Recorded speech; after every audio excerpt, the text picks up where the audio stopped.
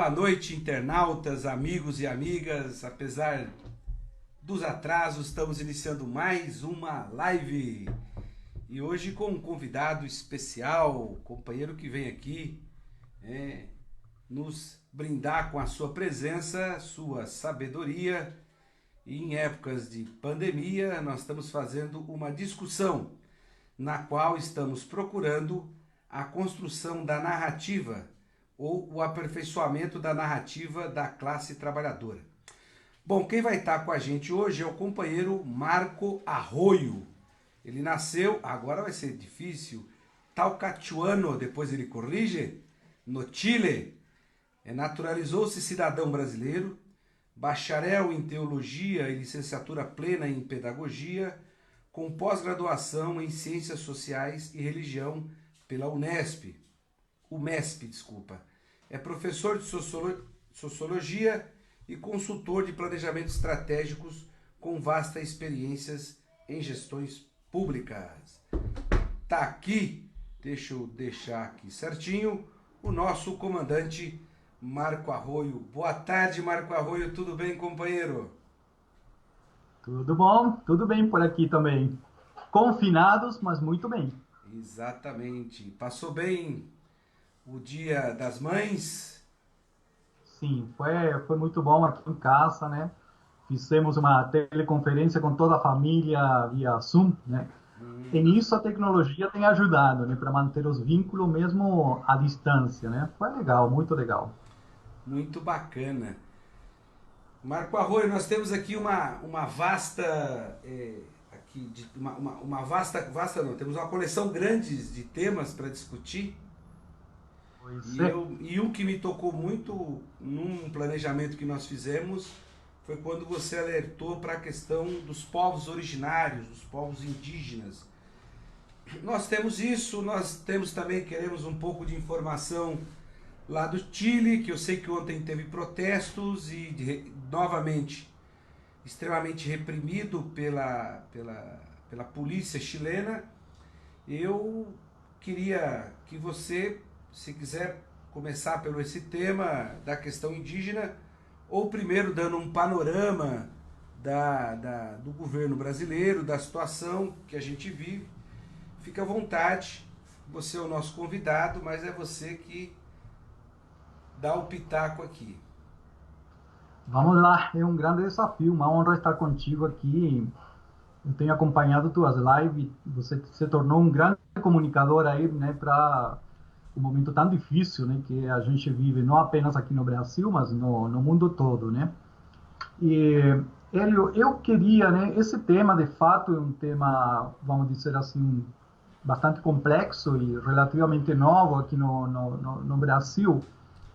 Um, Poderá chamar a atenção de muita gente, mas eu queria situar essa questão, essa preocupação, né, com os povos originários e os povos chamados ancestrais, colocar essa conversa nossa hoje, né, dentro do contexto da pandemia, né, do momento de crise que nós passamos, né, no planeta Terra. E acho que conversar nessa perspectiva, né, nos permite talvez encontrar na cultura dos povos antigos, né, dos nossos povos ancestrais, talvez alguma luz, né, para o pós-pandemia, né? Como será o mundo após esta grande pandemia? É, de fato, aqui no Brasil existe pouca literatura sobre isso aí, né?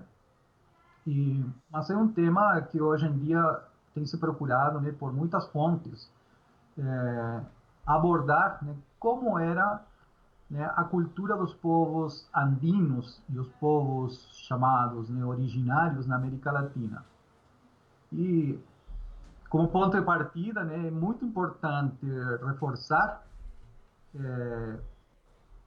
que quando espanhóis e brasileiros chegaram à América Latina, aqui haviam, né, povos, diversos povos, e alguns desses povos, né, originários da nossa terra eram povos que haviam desenvolvido formas muito complexas de organização social e política, né? pelo menos tínhamos três grandes impérios, o Império Azteca no México, Maia em Centro-América, e o Império Inca, que é o mais próximo nosso aqui no Peru, e uma parte de Bolívia e o norte do Chile, né, que são chamados de povos andinos, né, os povos originários andinos.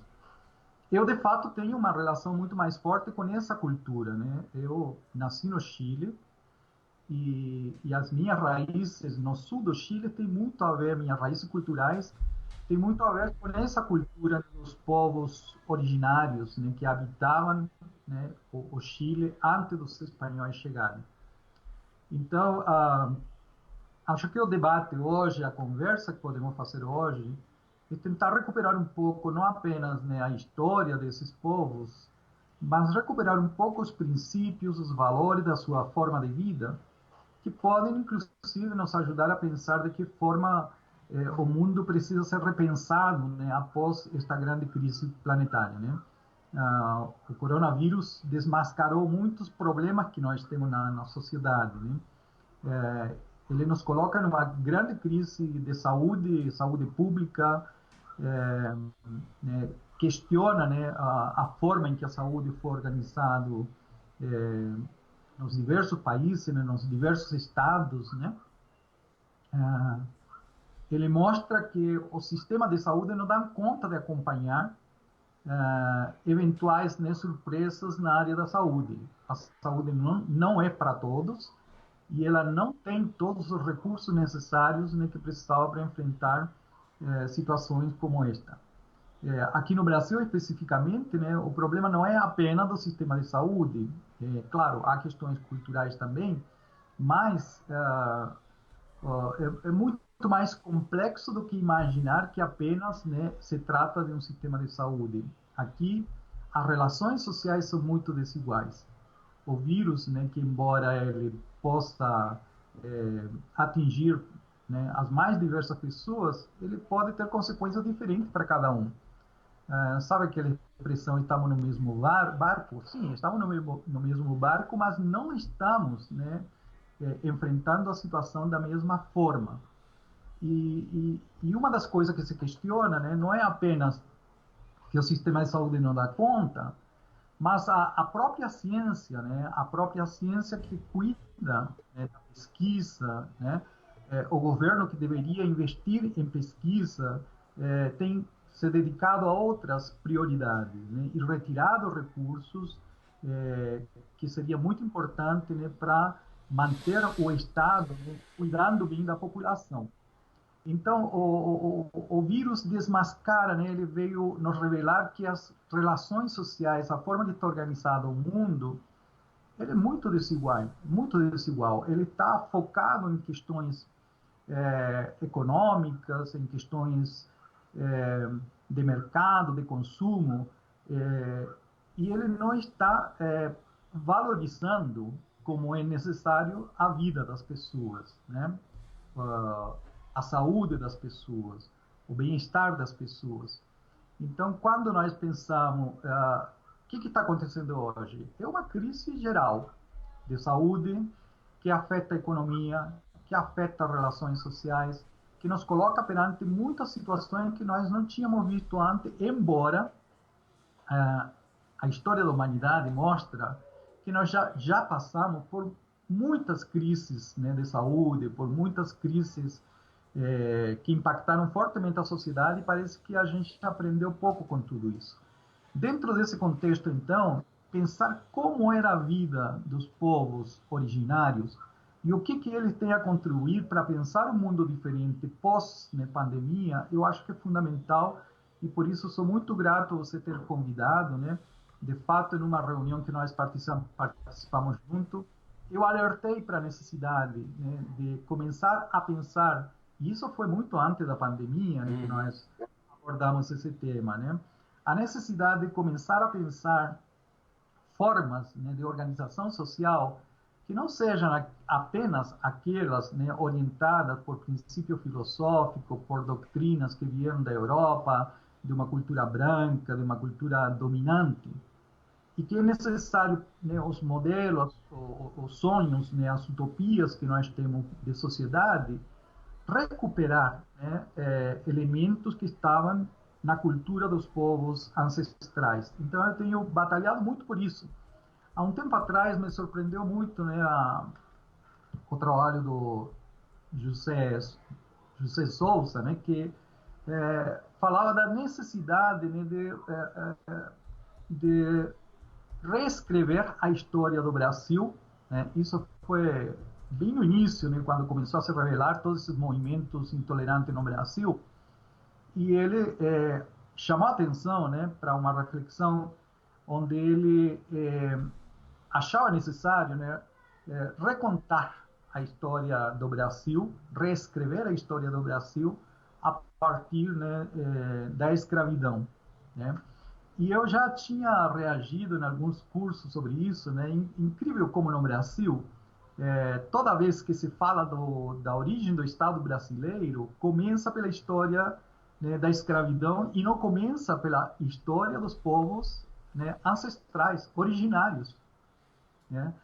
A, a historiografia brasileira parece que tem pavor de falar o quanto que era importante, né, a organização, a cultura dos povos ancestrais. E sobraram raríssimos elementos na nossa cultura. Aqui no Brasil é até estranho, né, você ver que nomes da cultura tupi-guarani, a única coisa que se preservou foram nomes em ruas, em praças, em alguns personagens, mas não há, né, na cultura brasileira os elementos que caracterizam, né, os povos da terra. E eu acho que esse é um ponto fundamental toda vez que falamos, né, dos povos originários. Os povos originários são aqueles, né, que habitavam antes, né, de chegar os portugueses e os brasileiros, e os portugueses e os espanhóis, mas eles tinham uma visão de mundo onde a vida estava relacionada à terra. E esse é o ponto principal, vamos dizer assim, de partida. Toda cultura que se desapega da terra e que faz da terra, né, um elemento, né, uma coisa, né, torna um produto, né, ele se desapega daquela relação, vamos dizer assim, essencial. A vida do homem está vinculada à terra, e esse é um ponto de partida fundamental nos povos, né, originários. Quando eu falo, por exemplo, dos Mapuches, né, é o povo originário que habita, né, o sul do Chile. Não é o único, é o maior povo e aquele que preserva de forma, né, mais contundente a sua cultura. O povo Mapuche, né, o nome na língua dos Mapuche, Mapu, significa terra, e Xen significa, né, gente, povo. Então, o nome deles, aquilo que eles se atribuem como nome para si próprio, é, né, gente da terra, Mapuche, entendeu? Então, há uma relação, né, de início muito grande com a terra. A terra é o lugar onde nós habitamos e na terra está toda a vida, toda a expressão da vida. Da terra, né, se manifesta todas as formas da vida. Então, se você não cuida da terra, tá, e não cuida de seu hábitat, não cuida da sua casa onde você mora, né, você simplesmente está confinado, né, a desaparecer. Então, este é um ponto muito importante que já nos traz um questionamento muito grande em relação ao que vai acontecer no pós-pandemia. Tá? O quanto que nós vamos cuidar da Terra, né, onde está a vida. Se você vê nesses 2, 3 meses, né, de confinamento, a Terra parece que está sorrindo para nós. Tá? Ou você sai à noite, né, na sua janela e consegue ver estrelas que você não conseguia ver antes. Nesses dias, né, o próprio Vênus tem sido espetacular aqui na nossa janela. o grau, né, de contaminação ambiental, o smog, né, tem sido reduzido, né? Então, você sente que o ar, né, na cidade, que é cheio de monóxido de carbono, enfim, né, de elementos tóxicos, ficou muito mais leve, tá? E isto é uma questão que o coronavírus também nos coloca em pauta. Como é que nós vamos nos relacionar, né, com a Terra, no sentido de cuidar, preservá-la e que ela, né, garanta para nós qualidade de vida, assim como nós, né, cuidamos dela, na medida em que nós cuidamos dela. Então, pensar nos povos ancestrais, originários, envolve, vamos dizer assim, uma visão de mundo, uma filosofia de vida muito importante. Eu aproveito esse momento para te falar, né, o que o Papa Francisco, né, há 2 anos atrás, em 2018, ele visitou o Chile e foi exatamente na região da Araucanía, né, onde está concentrado o maior número de mapuches. E mapuche também é um povo, né, muito pequeno que sobrevive na Argentina, com maior dificuldade do que no Chile. E o Papa, que é um homem muito sábio, né, muito, vamos dizer assim, preparado, com muito conhecimento, né, quando chegou lá, né, falar com o povo na cidade de Temuco, ele disse coisa que tem um significado profundo que a gente precisa refletir sobre isso. Né? Ele começou falando, olha, de alguma forma, todos nós somos povo da terra. E aí ele cita, né, o livro de Gênesis, na tradição judeu-cristã, né, Gênesis capítulo 2, versículo 7, onde, né, a origem na mitologia, né, de Gênesis, a origem da vida, e principalmente dos seres humanos, está vinculada à Terra. Então, o Papa cita esse valor, né, esse princípio de que, de alguma forma, todos nós estamos vinculados com a Terra. Tá? E o grande desafio de estar vinculado à Terra é resgatar, né, recuperar o bem viver. E este é um conceito muito importante, né, dos povos originários. E ele ainda fala na língua dos Mapuche, né, kume mongen, né, é o bem viver. Ele disse, né, que neste conceito do bem viver, né, nos lembra a sabedoria ancestral dos povos Mapuche. Aí ele diz: quanto caminho temos a percorrer? Quanto caminho temos para aprender? Kumemongen é um sonho muito profundo que brota não somente dos corações, mas também, né, é um grito e é como um canto que está na criação. Isso é fantástico, é uma leitura teológica, né? Eu também sou teólogo, né? Sou muito afinado com essas leituras, né, da realidade, mas que já chama, né, a atenção para esta relação. O ser humano, o homem, a mulher, não tem sentido se não estiver vinculado à terra. E no bem viver, né, no conceito de bem viver, tudo começa nesta relação, né, do homem com a terra. A Pachamama, a Mãe Terra, é, né, onde está a vida. Acho que é por aí que nós podemos. Nossa, foi longa essa minha conversa aqui, mas é por aqui que nós temos que focar onde estão as contribuições, né, para o pós-pandemia.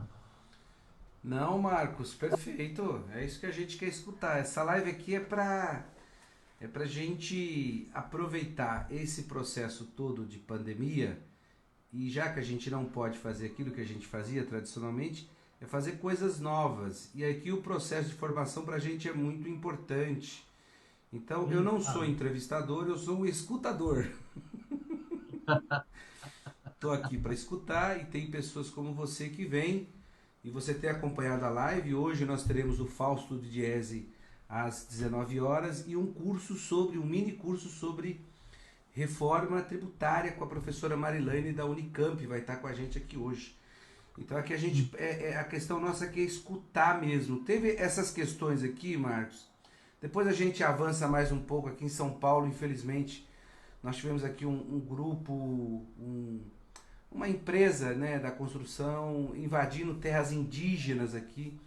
Houve uma mobilização muito grande dos companheiros ali da região da Noroeste, Brasilândia e aquela região Parada de Taipas, se contrapondo a esse absurdo nesse pleno século XXI, em pleno momento que a gente vive tecnológico, você ter mentalidades tão atrasadas. Eu não sei se atrasadas ou gananciosas, né, com a questão do lucro.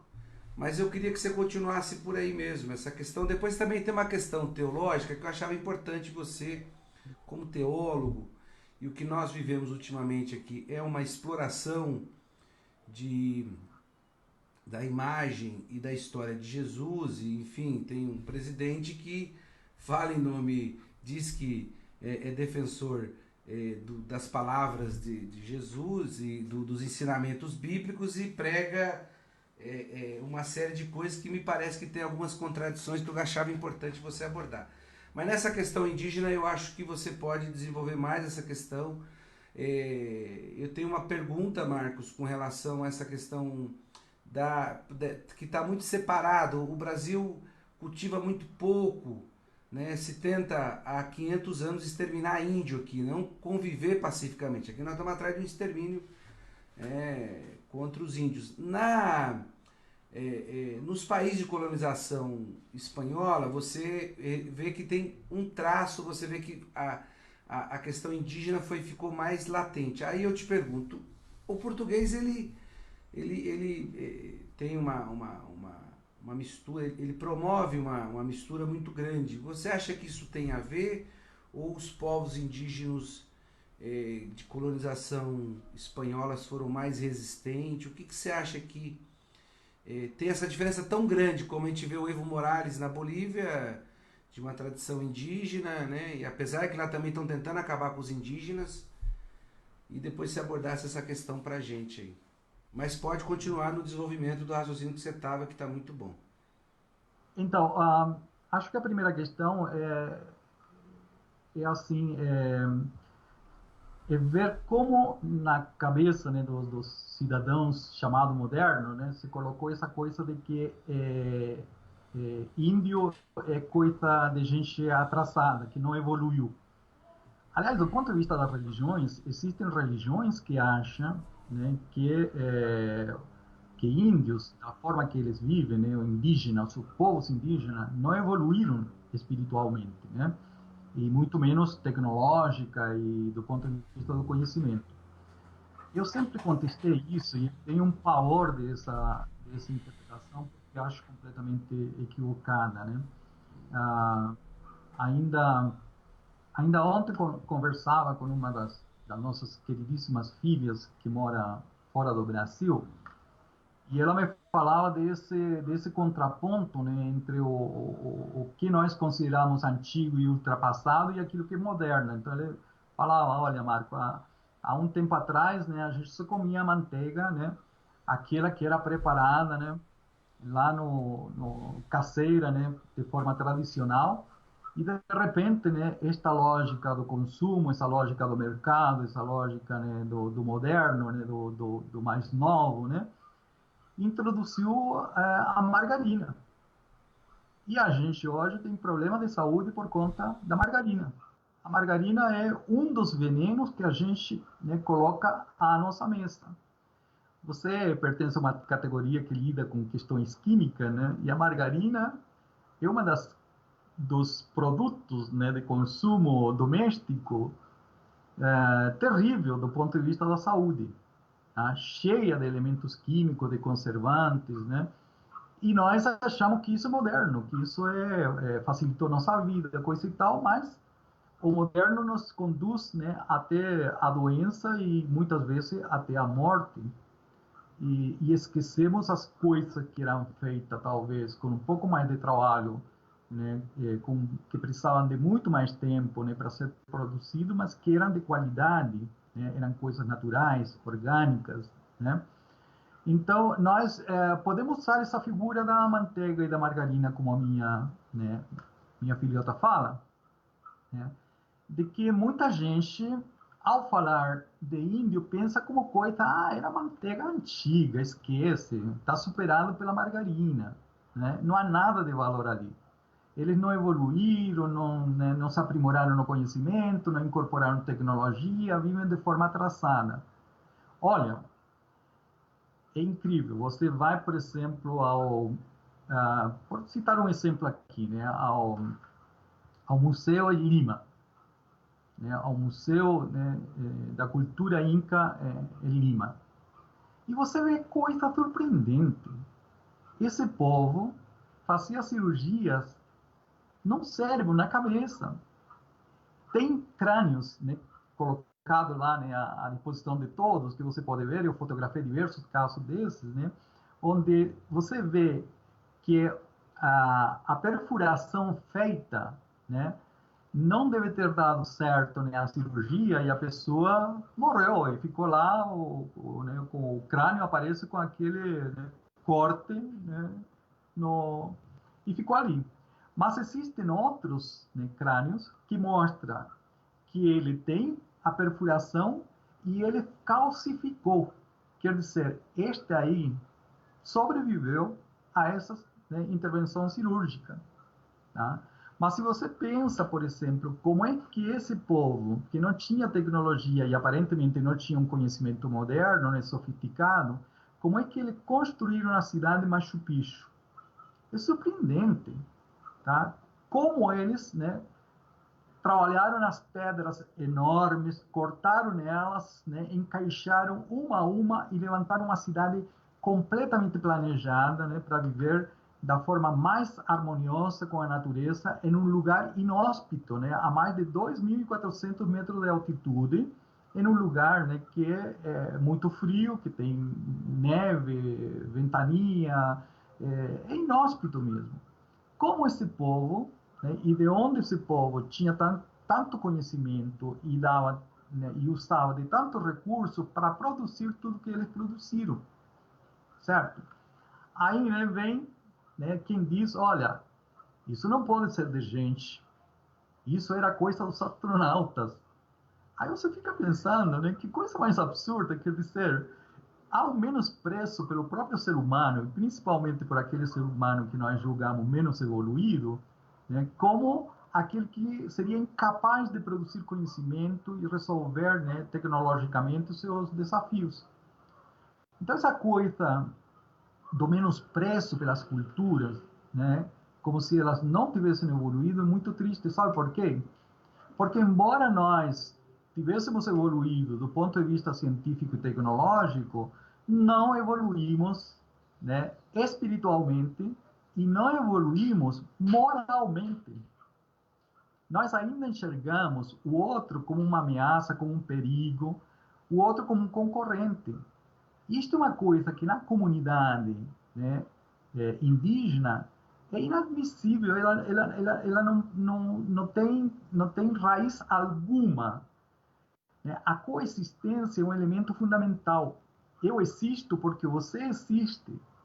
Por isso que a vida tribal ela é uma vida societária onde todos os elementos ajudam, né, a manter a vida em comunidade. Enquanto que nós, moralmente e espiritualmente, menosprezamos, né, o nosso próximo, né, como aquele que é concorrente, aquele que é meu adversário, aquele que é meu inimigo, porque é uma lógica que foi introduzida na cabeça, né, que passa por questões de egoísmo, mas passa por uma ambição terrível de querer ter, possuir, acumular cada vez mais. Isso não é presente na cultura, né, indígena, e isso é um valor fundamental. A respeito disso, então, e com a sua preocupação de ordem teológica, ah, quando o mestre Jesus, né, falava com seus discípulos, ele disse, olha, e principalmente em frente aos fariseus, que sempre estavam provocando se ele era cumpridor da lei ou não, né? Jesus falando para os seus discípulos, disse, eu trouxe uma nova lei. Qual é a lei? É a essência de todos os mandamentos. Amar a Deus por sobre todas as coisas e o próximo como a ti mesmo. A regra é a regra do amor. é uma relação com o sagrado e uma relação com o próximo em função daquilo que eu quero para mim, né? Da forma que eu gosto de mim, da forma que eu valorizo na minha pessoa, eu valorizo o outro. E nesta fala de Jesus, talvez tenha faltado um elemento, nós não sabemos disso, né, porque de fato ele não escreveu, quem escreveu foram seus discípulos, muito tempo depois, né, de ele estar presente. Falta o elemento assim: amarás a Deus sobre todas as coisas, ao próximo como a ti mesmo, e a terra como a ti mesmo também, o lugar onde tu habitas. Tá? E ele não é contraditório com aquilo que o Papa já falou. De alguma forma, todos temos nossa origem na Terra.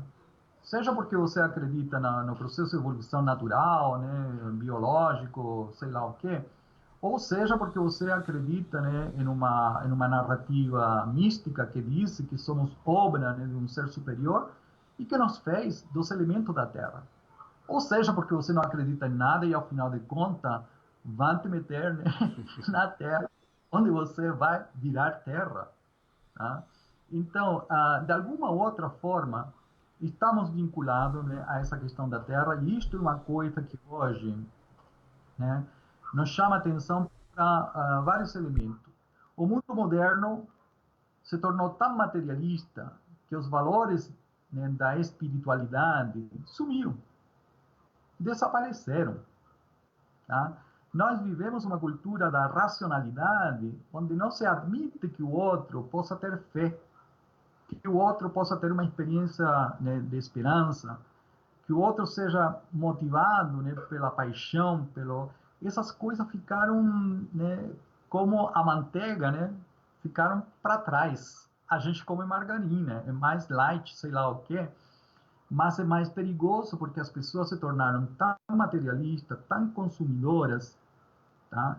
Eles têm um apego tão grande às coisas materiais, ao acúmulo das coisas materiais, que não conseguem mais valorizar a espiritualidade. E na concepção do bem viver, tudo, tudo, né, é sagrado. A terra é sagrada, a terra tem vida, a água tem vida, né?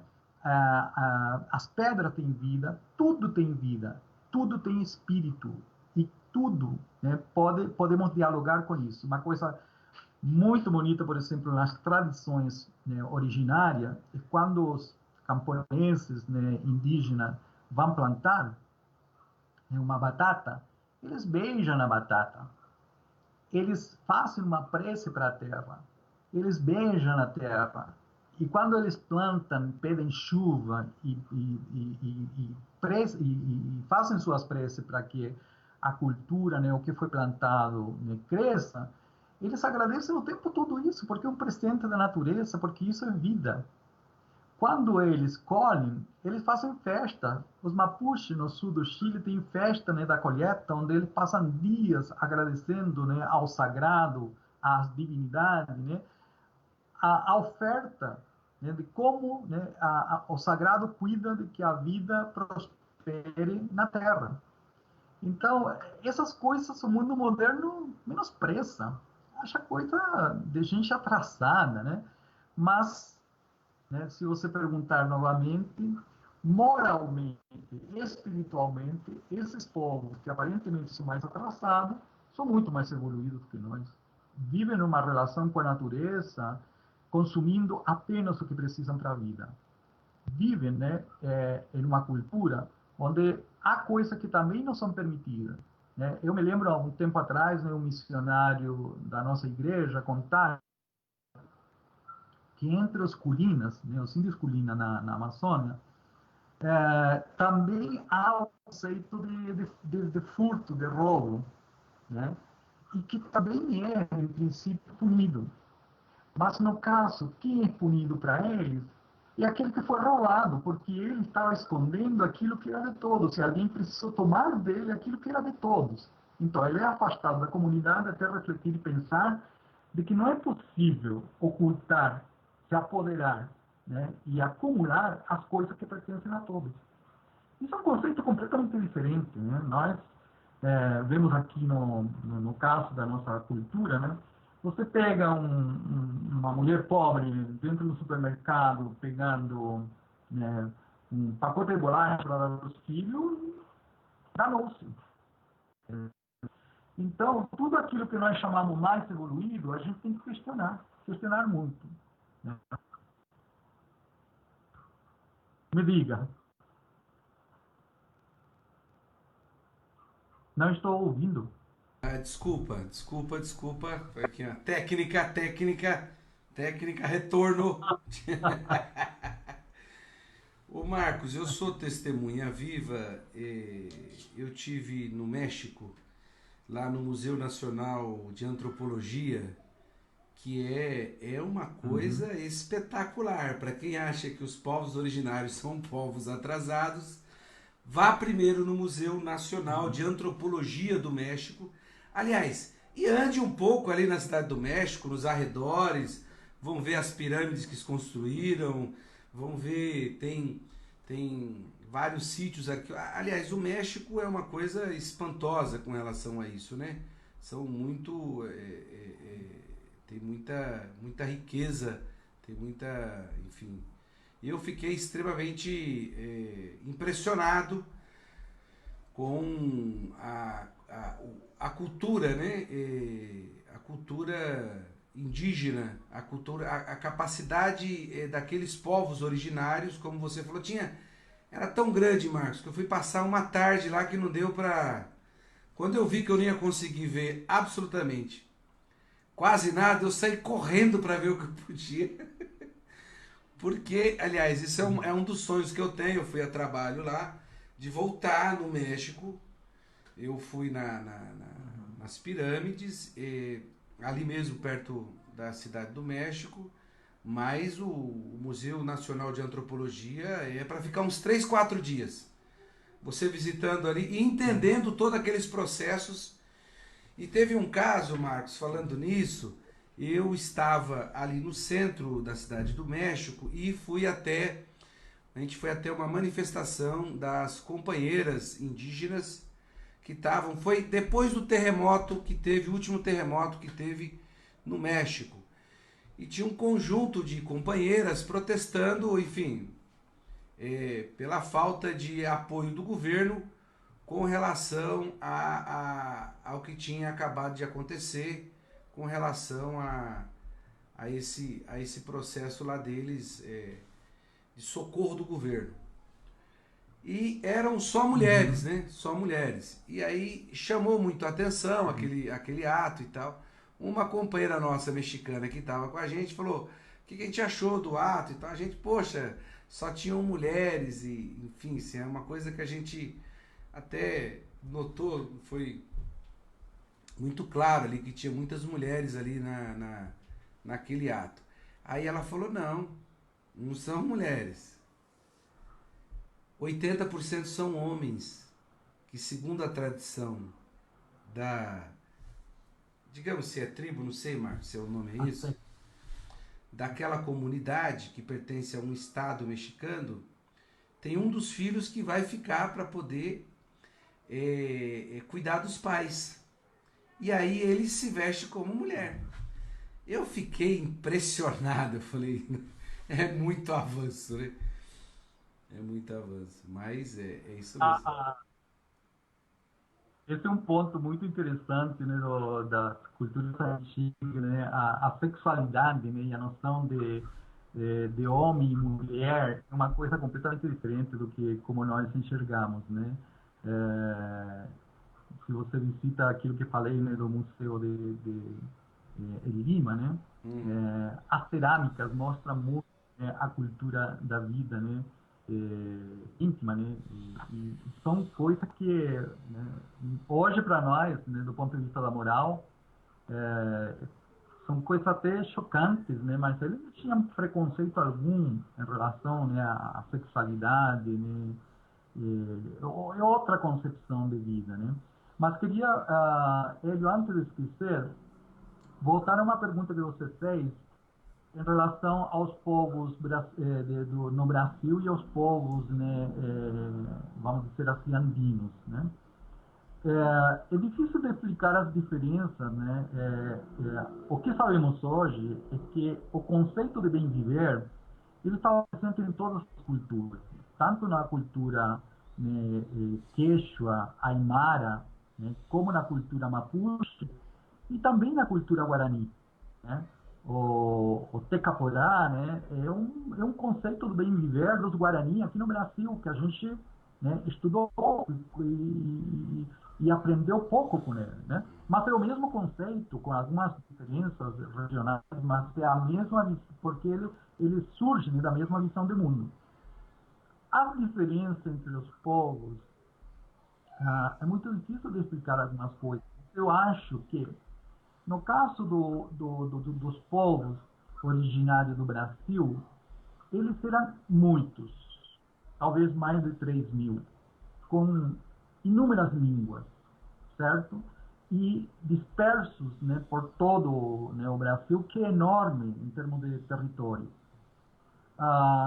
Uma coisa importante quando você vive na forma, né, tribal, para se constituir em um povo forte, né, que evolui, né, para um sistema tipo Império Inca, Azteca, né, o que dá unidade, o que agrega os povos é falar a mesma língua. Aqui no Brasil havia muitas línguas. O Guarani, passou a ser uma língua de referência, mas ele não chegou a criar vamos dizer assim, uma unidade nacional.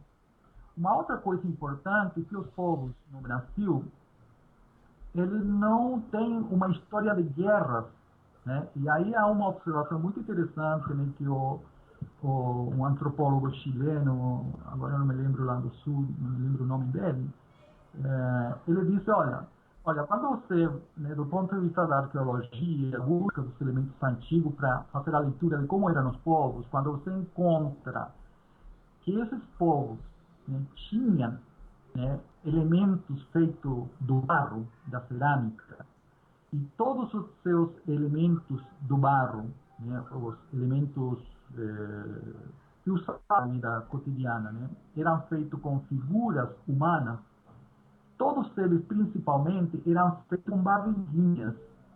Isso representa, né, a mãe terra, onde está concentrada toda a fertilidade da vida, mas também a barriguinha da mãe, onde está mesmo, né, a vida, né? Mas cada vez que você encontra povos, né, que seu principal produto era a cerâmica, eles não estavam preparados para a guerra. Eles não desenvolveram, né, de guerra, não desenvolveram ferramentas de guerra. E muito provavelmente, né, a invasão, né, o confronto tribal, ele leva, né, a desenvolver ferramentas de guerra e você vai adquirindo, né, essa cultura de que ou você se defende ou você, né, é transformado em povo submisso e até às vezes escravo. No caso do Império Inca, houve muitos conflitos, tá? E muitos, vamos dizer assim, agregação de povos por conta da língua, sem precisar de conflito, né? Houveram entendimento político, né, para se agregar e formar uma grande nação. Mas no caso, por exemplo, dos Mapuche no Chile, olha, quando eles viram os espanhóis chegando no Chile, no território dele, nas terras dele, a primeira coisa é que eles não se assustaram com nada. Quando não acharam, né, o novo sujeito uma novidade diferente, mas eles não viram como deuses, não viram como figuras omnipotentes, né? Quando Hernán Cortés invadiu, né, Centroamérica, haviam pelo menos 10 milhões, né, de povos indígenas. A população era muito grande. Em poucos anos, essa população havia sido reduzida para 3 milhões.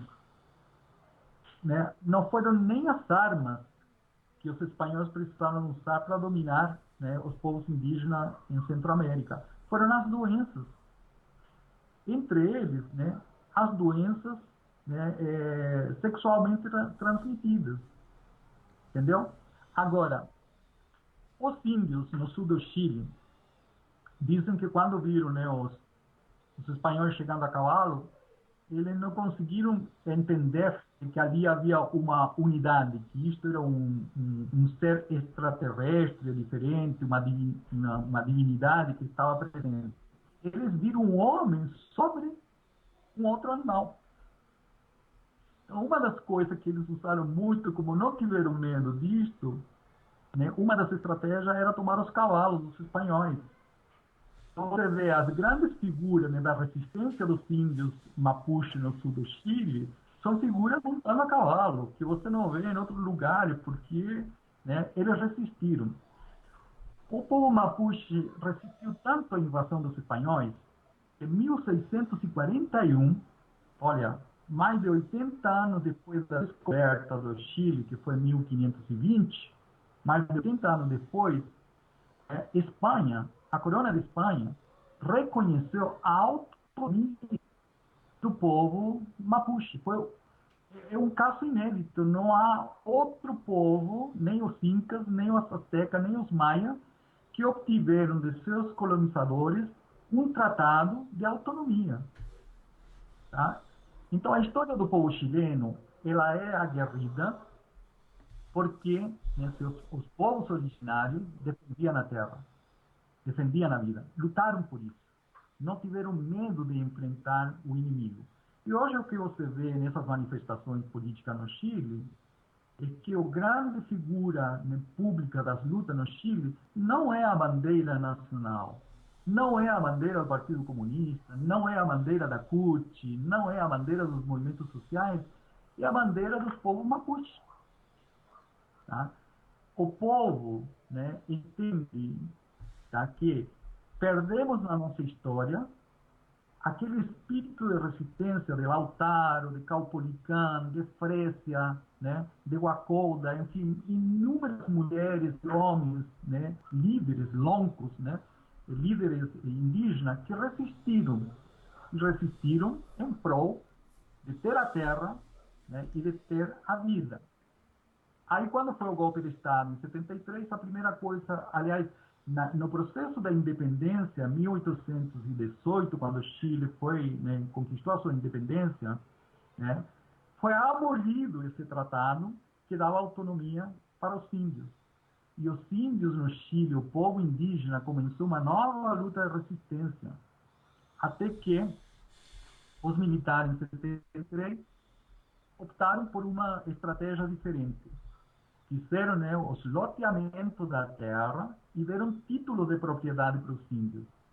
Aí os índios que empobreciam, né, que ficavam pobres, né, eram tentados a vender suas terras que eram compradas, né, por grandes empresas multinacionais que hoje exploram, né, os rios, né, as árvores, né, os pinhos, araucárias e tudo que tinha lá na natureza. Tá certo? Fazem represa, montaram hidroelétrica e foram expulsos uma boa parte, né, do povo indígena, né, da sua terra, e afastado da sua terra, o índio morre, não tem para onde ir. Perde a razão de ser. Então, houve um movimento muito grande agora de resistência, e aí isto é a principal luta que nós temos no Chile hoje. É garantir a posse da terra para desenvolver as condições comunitárias de vida, em uma relação com o sagrado, onde tudo é sagrado, tudo gera vida, e onde a coexistência é fundamental. Então, essas talvez sejam algumas diferenças e algumas contribuições. Oi, como é que tá seu som? Tá bom aí, Marcos? É que Estou recebendo bem o seu som. deu uma queda na internet, a imagem ficou um pouco prejudicada, mas deu para entender Hoje, perfeitamente o que você falou. E, Marcos, legal. infelizmente nós estamos chegando próximo do final. É grande final.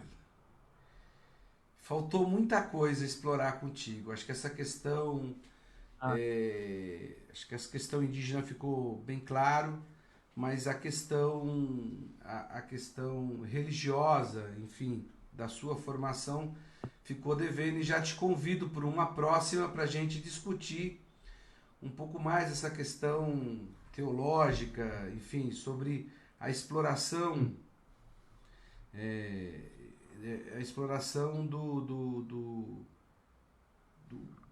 religiosa no processo eleitoral que a gente viu no Brasil, pelo atual presidente, que invoca essa questão e talvez seja o presidente que mais maltratou essa questão religiosa, né? De respeitar o próximo, amar o próximo como a ti mesmo, né? Então acho que isso faltou e muito a gente conversar, então a gente dá um tema específico sobre essa questão teológica, que eu acho que você pode nos ajudar muito a fazer essa reflexão. Você é mais uma das pessoas que vem aqui contribuir com um tema para ajudar a gente a criar uma narrativa de discussão de sociedade. Para uma nova sociedade, é importante demais a questão dos povos originários, dos povos indígenas, dos povos... Indígena é uma coisa da Índia, né? Isso é um professor meu que corrigia muito isso. Aqui não tem indígena, tem povos originários, índio, porque eles acharam que tinha chegado na Índia, né? Então, tem essa brincadeira, não sei se você concorda, mas para a gente discutir, para ter uma sociedade diferente, a questão dos povos originários, os povos tradicionais tem que ser levada em conta, assim como a questão dos negros, assim como a questão das mulheres, todas as questões que a gente está trazendo aqui. E eu queria já me comprometer com você e você se comprometer com a gente, que a gente vai discutir especificamente, que eu acho que está faltando nesse espaço nosso, uma discussão sobre a religiosidade, a questão da teologia, porque a gente vê a apropriação por parte de grupos políticos usando a questão da religiosidade como ferramenta de ascensão política, e quando chega lá, parece que quando chega não, né? Essa construção já é distorcida, e quando a gente vê um presidente que diz que é evangélico defendendo a execução das pessoas, incentivando em que as pessoas têm que ser executadas, e quanto mais ainda os povos indígenas que a gente está vendo como estão sendo atacados nesse governo, muito atacado, né? Verdade. E também os povos ali que já estão há mais de 100 anos nos seus espaços, os quilombolas, principalmente de Alcântara, que esse governo quer ceder uma base. Mas eu queria que você fizesse as considerações finais nessa questão dos povos originários, já se comprometesse com a gente para discutir especificamente um tema da teologia, da religiosidade, porque aqui, Marcos, a gente começou esse bate-papo de fazer lives, nós já estamos fizemos mais de 70 lives, e o que eu estou descobrindo é o seguinte: a gente tem que partir para pontos específicos. Você fez uma contribuição importante sobre o povo indígena, você tem conteúdo para nos ajudar também a discutir a questão da religiosidade, e isso que eu queria marcar com você já, uma outra questão para a gente discutir. Deixa eu então fazer aqui uma fala, talvez, né, nos últimos 2, 3 minutos aí, considerando que a gente começou depois, né? Não, tem mais tempo para Então, você falar, não precisa 2 minutos não, mais tempo. bom, obrigado. Então, mas sabe que um tempo atrás eu fiz um passeio fantástico com minha companheira em Machu Picchu. E eu relatei, né, fiz um diário de vida que foi contar a aventura de passear por Machu Picchu, mas também aproveitar o momento para fazer todas as reflexões que esse ambiente me provoca na gente. E aí eu mostrei esse texto, né, para uma queridíssima amiga que talvez está acompanhando, né, a Vânia Clares. Ela é editora, né, aqui em São Paulo, e ela disse: olha, temos que publicar esse texto. O que tem no texto? Né? No texto tem a história de uma cidade que foi concebida, né, por um povo ancestral, uma cidade que né, há mais de, vamos dizer assim, 500 anos atrás, né, já era concebida, né, com um princípio de sustentabilidade que hoje muitas cidades não têm. Ela foi planejada para ser uma cidade moderna, né, com qualidade de vida. Aí a grande questão é assim, né? Quanto tempo eles demoraram para construir? Demoraram 300 anos, foram mais de 18 gerações trabalhando para construir a cidade de Machu Picchu, que nunca foi concluída porque, né, na chegada dos espanhóis não foi concluída. Agora, o que Machu Picchu representa para nós? Né? Imagina um povo de 300, 400 anos atrás, vivendo em condições inóspitas, acordar todos os dias, para pegar duro no trabalho, de quebrar pedras, enormes pedras, de transportar pedras, de encaixar pedra sobre pedra para construir a sua habitação, a sua cidade. Nenhum deles, que em média, né, vivia 40, 45 anos, nenhum deles tinha, né, esperança de morar nessa cidade que estava construindo. Entretanto, né, a pergunta é por que aquele povo acordava todos os dias para pegar no trabalho e prosseguir à frente? É porque eles estavam pensando no futuro, nos seus filhos, nos seus netos. Acho que este é um recado importante para os dias de hoje. Coisa que nós perdemos na nossa cultura. A gente não pensa no futuro, não pensa nos filhos, não pensa no que eles vão herdar como condições de vida no futuro. E por isso que é muito importante, né, pensar o que o coronavírus está provocando para nós como crise e o que há nos povos mais, né, ancestrais, originários da nossa terra, de valores e princípios que podem ajudar a pensar novas relações para o mundo que vai iniciar pós-pandemia. Temos um grande desafio para pensar nisso, e a pergunta é: a que nós dedicamos nossa vida para construir o quê? E o que nós vamos deixar para as próximas gerações? Acho que esse é o ponto importante e esse é o recado que eu daria finalmente, né, para os nossos seguidores de hoje. Eu espero então que o livro seja publicado e seja um sucesso.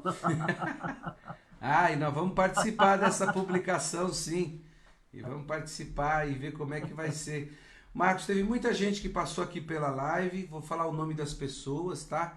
E aí as perguntas você acabou respondendo elas, o tema foi se encadeando e eu não fui interrompendo porque eu acho que já estava dentro dessas questões, enfim, que você acabou nos ajudando muito. Aqui o Leon Cunha, a Jordana Mercado, o Paulo Ferraz, a Disraeli Lula Vasconcelos, o nosso querido deputado Luiz Fernando Teixeira, o Francisco Cavalho de Lima, o Sérgio Faustino, o Serginho está aqui também, o Paulo Sérgio, o Anselmo Oliveira, a Assunção, a Rosângela, a Lídia, o Orlanilton Henrique, o Enio Silva, todos dando uma boa tarde para você, Marcos, a Rosana, o Miguel, a Solange Munhoz, a Gleice Ferreira, a Suzana Geraldo, o Renatinho, o Marcos Germano, a Geraldina, a Lenilda, a Joana, o Antônio Carlos dos Santos, a Neide,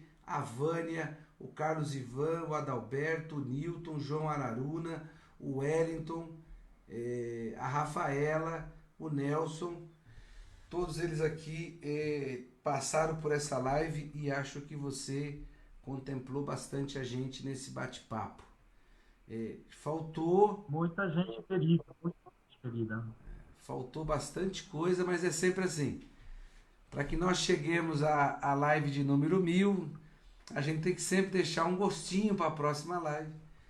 E eu acho que faltou explorar um pouco mais essa questão da teologia, mas também mais essa questão dos povos originários ou os povos ancestrais nossos, para a gente poder continuar levando a importância dessa questão e de como é que a sociedade que se diz moderna está tratando, né, os nossos povos ancestrais, os nossos povos originários. Marco Arroio, muito obrigado por esse bate-papo. Você não se comprometeu se vai fazer o próximo com a gente. Rapaz, eu não tenho que me comprometer. Você é meu irmão fraterno, você que manda. Então nós vamos voltar aqui a discutir só sobre a questão da teologia, sobre isso é muito importante. Então, muito obrigado.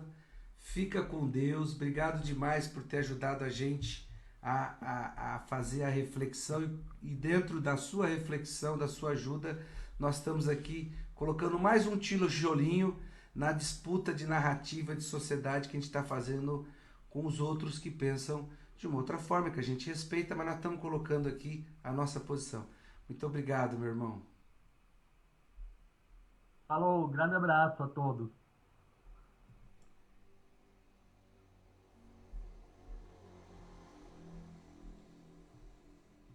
É isso, nós tivemos aqui com o companheiro Marco Arroio, nesse importante bate-papo sobre a questão dos povos originários. A gente fez uma discussão muito importante, né? A live dessa tarde, ela nos proporcionou uma reflexão sobre os caminhos que a sociedade percorre até 2020, até o ano de hoje, o ano que o planeta enfrenta os desafios, os impactos pela pandemia do Covid-19. Os indígenas, que é o que o Marcos Arroio trouxe aqui, que chamamos de povos originários ou ancestrais, superam todos os ataques do homem branco e continuam existindo e resistindo. Hoje conversamos com o nosso querido amigo, professor Marco Arroio, sobre a filosofia indígena, e ele já se comprometeu, que o Marco Arroio é formado em teologia, vir conversar com a gente sobre a questão teológica aqui, mas ele passou pela gente, ele discutiu bastante com a gente a questão sobre a filosofia indígena do bem viver, uma filosofia que tem os princípios da reciprocidade entre as pessoas, da amizade fraterna, da convivência com outros seres da natureza e do profundo respeito ao planeta Terra. Essa harmonia gera um modelo de sociedade sustentável que pode orientar nossas escolhas futuras e assegurar a existência humana. Aquilo que o Marco Arroio falou. Qual é a nossa função aqui na Terra? Um assunto para continuar estudando, para melhorarmos como sociedade. Um forte abraço, tamo junto. Convido todos hoje para a próxima live às 19 horas com o Fausto, o diretor técnico do DIEESE. Às 21 horas, primeira aula do mini curso sobre reforma tributária, sobre tributação no Brasil, com a professora Marilane Teixeira. Nos sigam nas nossas redes sociais, lá no Instagram, deixa eu pegar aqui que eu sempre esqueço, lá no Instagram, @quimicosp e @helio.rodrigues13. No Facebook, Sindicato dos Químicos de São Paulo, é @Sindicato Químico SP e @Hélio Rodrigues Químicos. A gente também já está no podcast. Todos os nossos programas a gente vai passar para o podcast. Nos sigam lá no podcast, nas plataformas do Google, Diesel, e que tem esses no Spotify também, que você pode seguir os nossos podcasts. O primeiro podcast é com a presidenta do Partido dos Trabalhadores, atual deputada federal, Gleice Hoffmann. Um forte abraço, nos encontramos às 19. Tamo junto, fique com Deus.